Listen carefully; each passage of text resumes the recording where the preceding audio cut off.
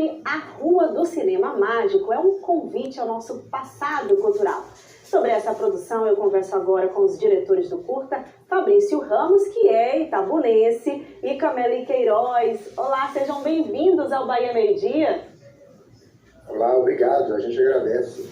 Obrigada pelo convite, vamos conversar. Vamos sim. A última cena do curta foi gravado hoje aqui em Itabuna? Foi sim, na rua, justamente na rua do teatro, Cine Teatro Amélia Amado, um espaço que foi um cinema e hoje já não é. E ele também participa dessa história. Que bacana! Muita gente que nos assiste agora certamente vai lembrar do Cine Teatro, com exceção dessa turma mais nova. Me fala um pouquinho desse retorno ao passado.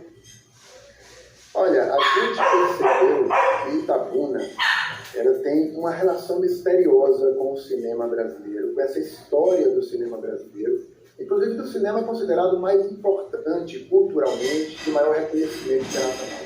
Mas é uma relação misteriosa porque ela não é dada, ela não é percebida de forma direta.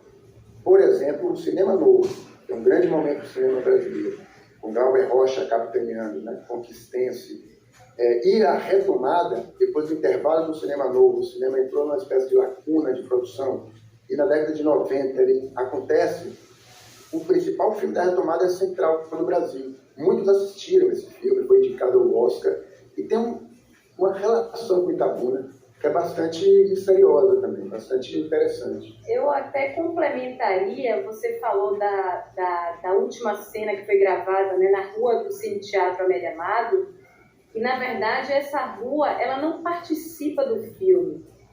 Da mesma forma que Itabuna é protagonista dessa história que a gente vai contar, esta rua também, né, como o próprio título revela, como a Rua do Cinema Mágico, esta rua é protagonista não só pelo fato do Cine Teatro Amélia Amado estar ali e ter a função que teve, mas por todos os acontecimentos, inclusive pelo fato do Fabrício ter morado naquela rua e outros personagens importantes na história do cinema brasileiro que alguns não sabem, mas também moraram naquela rua.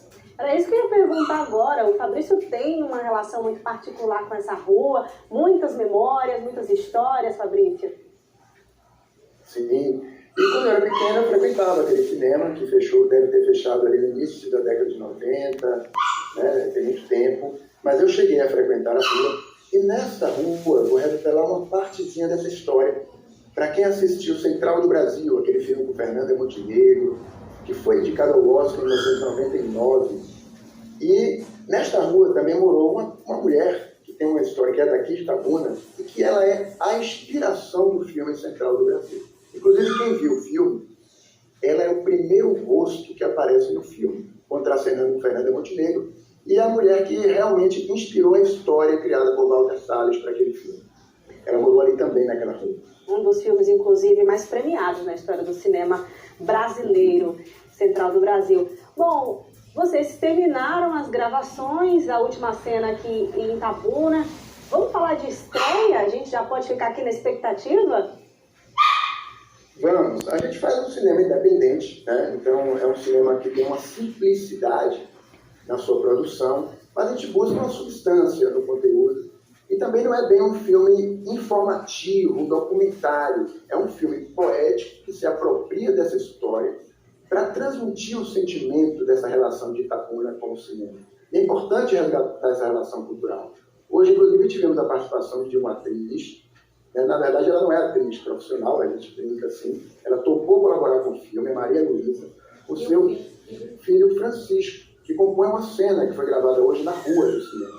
E esse filme deve ficar pronto. A gente vai trabalhar na montagem, né, e na finalização do filme. Ele deve ser lançado a partir do início do segundo semestre do ano que vem.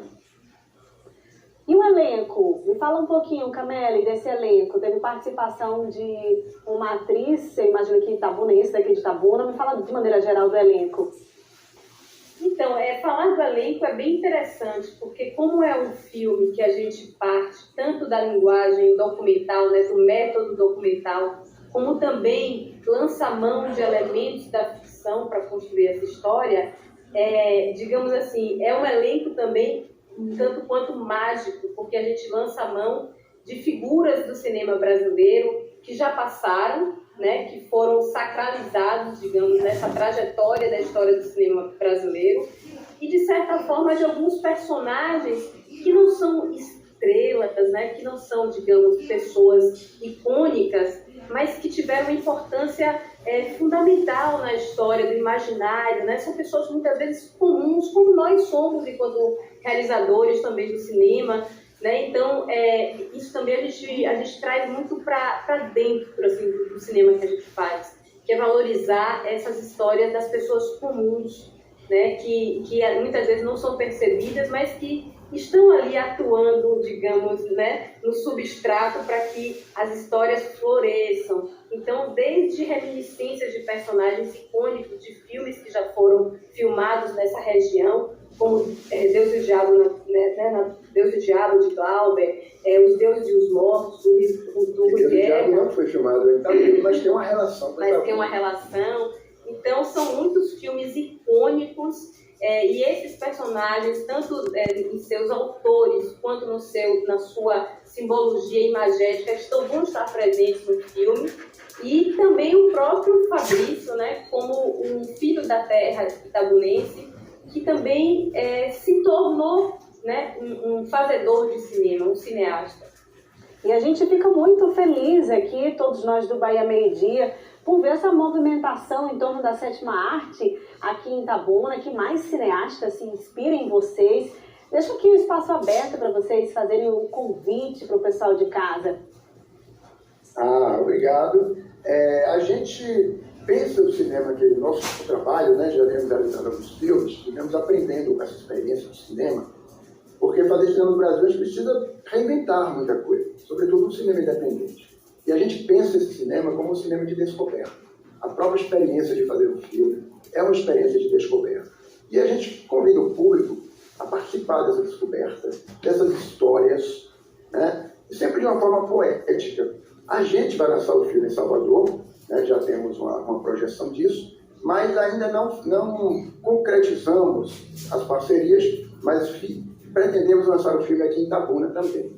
Fazer uma parceria com alguém, com o cinema, algum espaço de exibição, para que a gente possa exibir o filme aqui também e ter a participação do público para uma conversa com a nossa participação. E sempre, lembrando, é uma experiência de descoberta poética, uma experiência que pega a história e transforma em sentimento, sem fugir da realidade da história, né? Mas sem abrir mão também de uma emoção, de um sentimento. Essa é a nossa pretensão.